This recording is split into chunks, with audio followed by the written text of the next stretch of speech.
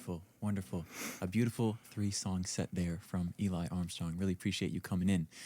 We often do a 1-song break in between the performance and the interview, but we're going to do things a little different today. So message to the booth, we will not be playing a song right now. We're going to go straight into the interview. Just so excited to talk all about it. Yeah, me too. Thanks for having me on such short notice. Yeah, totally. Well, thanks for filling the slot. I was a little concerned we weren't going to have OTR today, but you saved the day, and you did a wonderful job just then. So thank you. Yeah, totally. So yeah, first of all, I kind of want to talk about the 3 songs that you just played. You said that you finished them up, at least a couple of them, about 3 hours ago. Is that true? Yeah, I kind of thought like I had to get that in just for the authenticity of it. Yeah, we're all about authenticity here. I'm really just I'm a really last minute kind of guy, like on everything. That's the only time that I ever get any work done. So, I mean, this was also really useful to actually finally finish these songs, because one of them I've been playing for like 2 years, and I've been playing 2 verses and just looping it. Okay. Because I don't. Did you add another verse then, or did you? Yeah, I added another verse and sort of ended it. That's so great. Yeah, that's awesome. And you came up with some titles for them today, correct? Do you want to share those, or are they unfinished? Or sure, I can share them as they are right now. Yeah. I mean, I just kind of did almost like word association, but the first one, the country-ish kind of one, was called "Growing on Me." Cool. Which, I love those double entendres. Very nice. And then the middle one that I played, I just called it Untitled Number 1. Yeah. Serves the classic. Mm-hmm. And then that last one, definitely I might change it a little, but I called it Minotaur right now. Okay. Definitely has to have some Minotaur and a maze.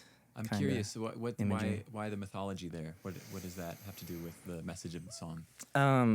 Well, I don't know. I mean, originally I kind of just wrote it, like the first lines are, "I've been here now 30 days, I walk looking for an exit sign." Like I just wanted to have the sense of being wandering a labyrinth or something, Cool. But I didn't really want to call it labyrinth. Yeah. Just because, I don't know. I like the direction you're going. Makes you think of the David Bowie movie, maybe. Fair. Totally fair.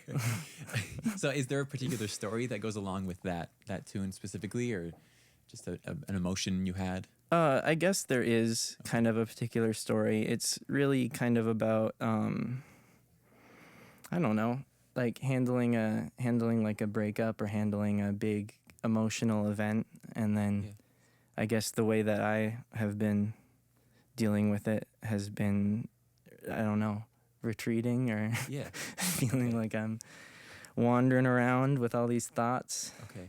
Who knows? Cool. And in the song's conclusion, do you make it out of the labyrinth, or are you still in the labyrinth? I don't know. I think we're always kind of in the labyrinth. That's awesome.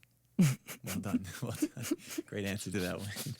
Cool. Well, yeah, awesome songs. I know that you are a part of many different projects. Have you ever done solo work like this before? Any solo shows? I did a couple high school open mics. Cool. Which went a little worse than this. Okay. So that means I've improved in the past 4 years or whatever. Yeah.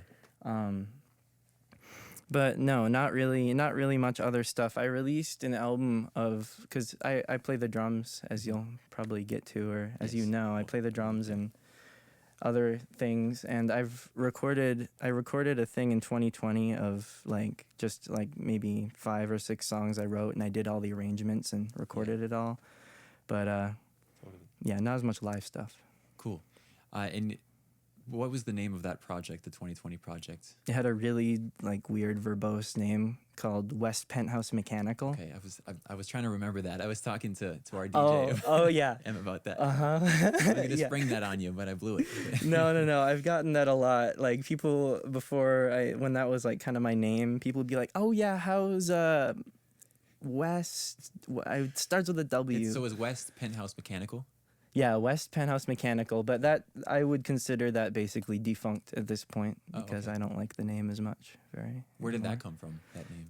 That came from, I had to take summer school in my junior year, and I went to summer school at St. Paul College. Cool. And I don't know. I was just on like the third floor, and I was walking by a door with a sign on it that just said West Penthouse Mechanical, like some sort of maintenance room or something. Yeah. And I was like, that'd be a sick name for a band. I agree, to be honest. It brings up a lot of questions in my mind. I don't really know exactly Yeah. what it means. Like, what was the name of the band again? Yeah, you're right. Well, that's one of them, but yeah. Nice. Cool. Well, tell me about how you first got into music, and maybe specifically guitar. Yeah.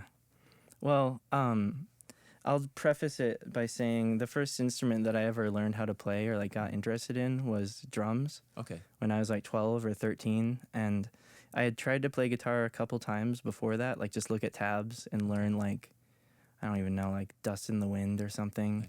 Nice. But it just didn't make sense to me really at all. Like I just couldn't even conceptualize like how it worked. Right. But I started playing drums, and that made me listen to music kind of in a different way. Like I started just listening. I don't know. I started to understand what it was about, Okay. and that really helped me. So I started playing guitar a couple years later when I was like 15, 16, Yeah. around then. And yeah, and then that time it stuck, you know? It stuck that It time? stuck. Okay. Yeah, it worked. That's great. Yeah. Awesome.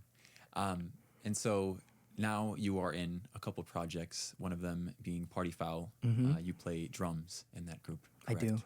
You just missed their off the record performance. But tell me about how you were introduced to the band Party Foul, and then how you were eventually absorbed into the group. Yeah, the introduction is actually kind of a story in Is it? itself. Yeah. Cool. But I was playing for a very short time. I had replaced the drummer for Mothra. Yeah. I was playing with Mothra, and we'd been rehearsing and stuff, and we played the Battle of the Bands Cool. with Party Foul, although they were all out doing something else, so they never even saw our performance, which is fine. Like it kicked ass, but it's cool. Yeah. Sorry, can I say the A word? Was that That's fine. okay? You're fine. Yeah. Just making sure.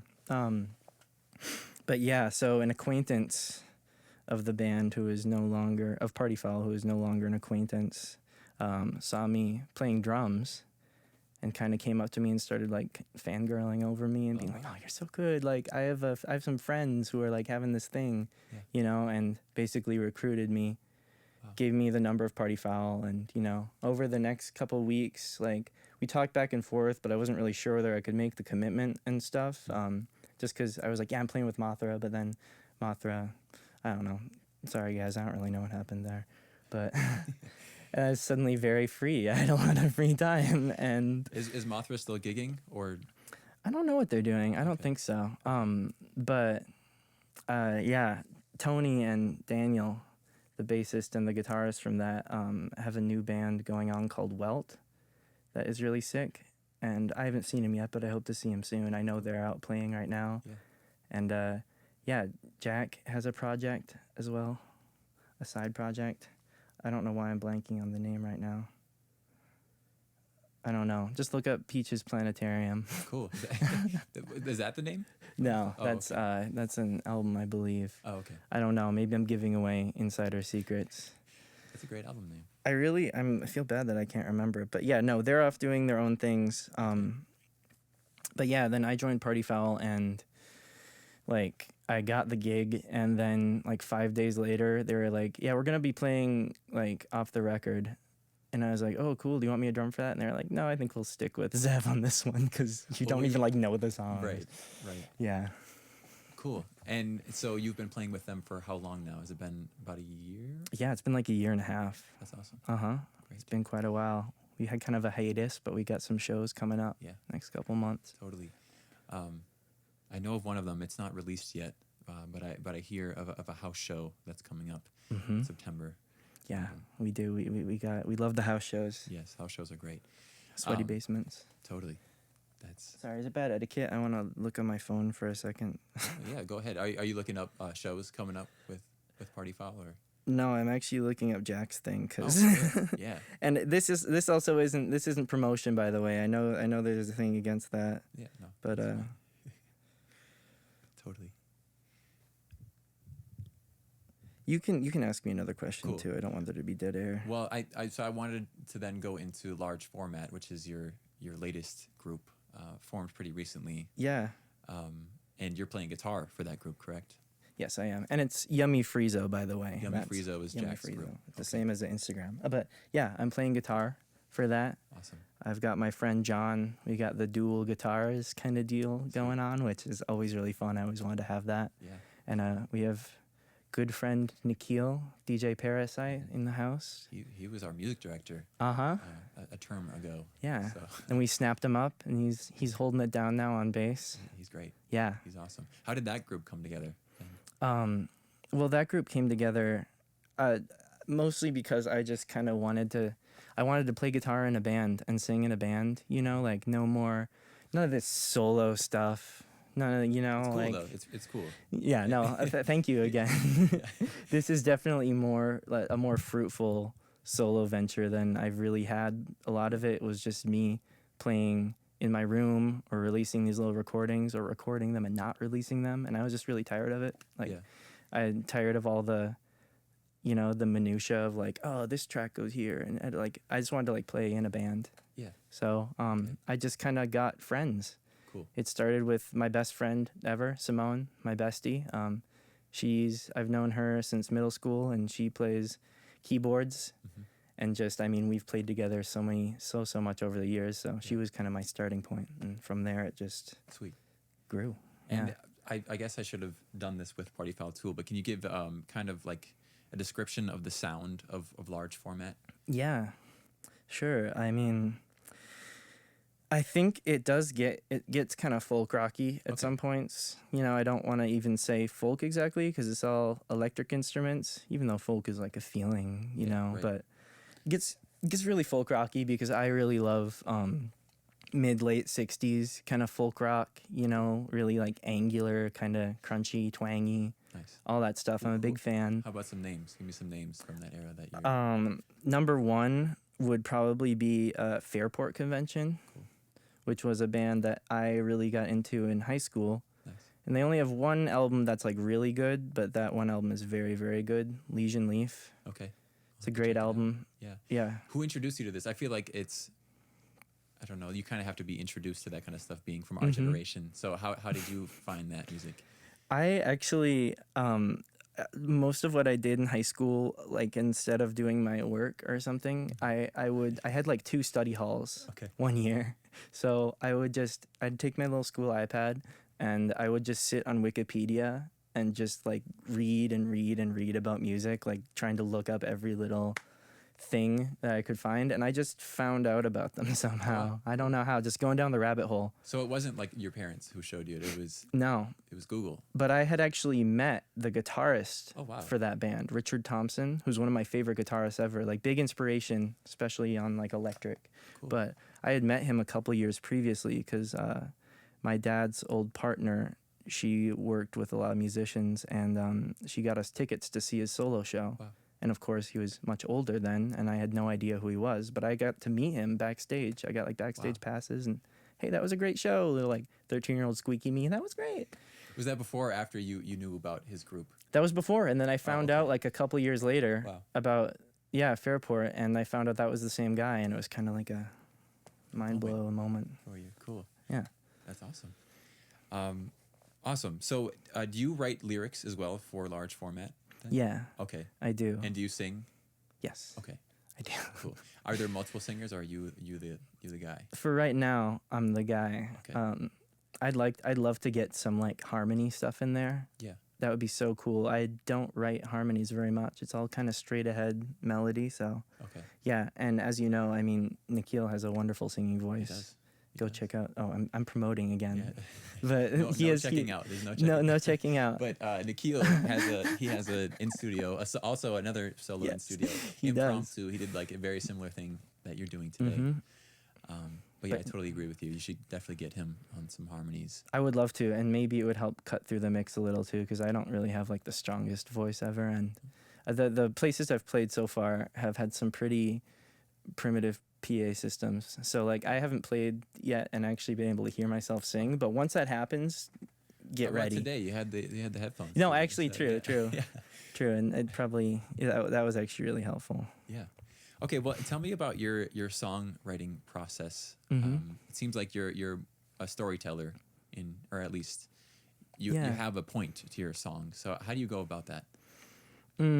Well, I usually like I don't ever write lyrics really just by themselves. Okay. Like I'll write poetry sometimes, but I'll never write anything in like a set kind of rubric. Usually I just kind of am messing around on guitar and I'll find chords.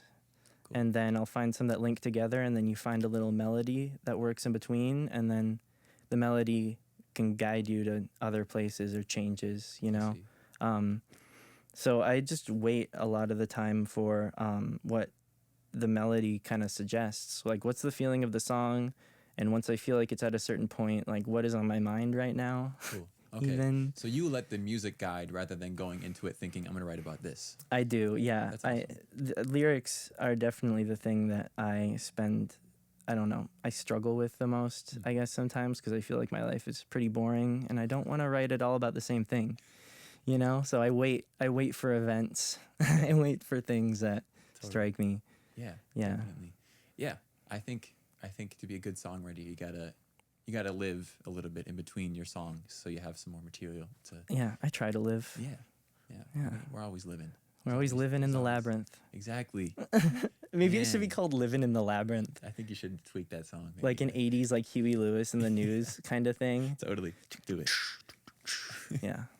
This is generative right now. This is great. I mean, you said you offered before to help me with song titles, and there you go. Here we go. You're inspiring me. This is the experience. All right. I would like to be on the credits though, if that's okay. Yeah, no, Maybe- that's totally maybe cool. Get some royalties. We can work something out. Okay. Yeah, you can talk to my manager. All right. Sounds good.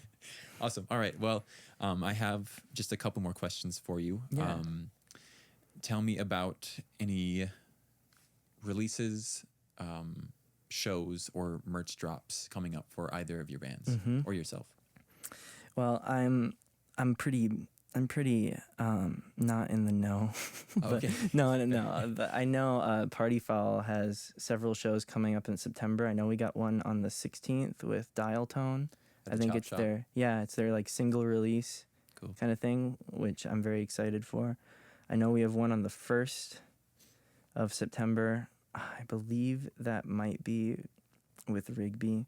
I'm not sure. I'm the wrong guy to ask. That's okay. You should have asked Em about this too.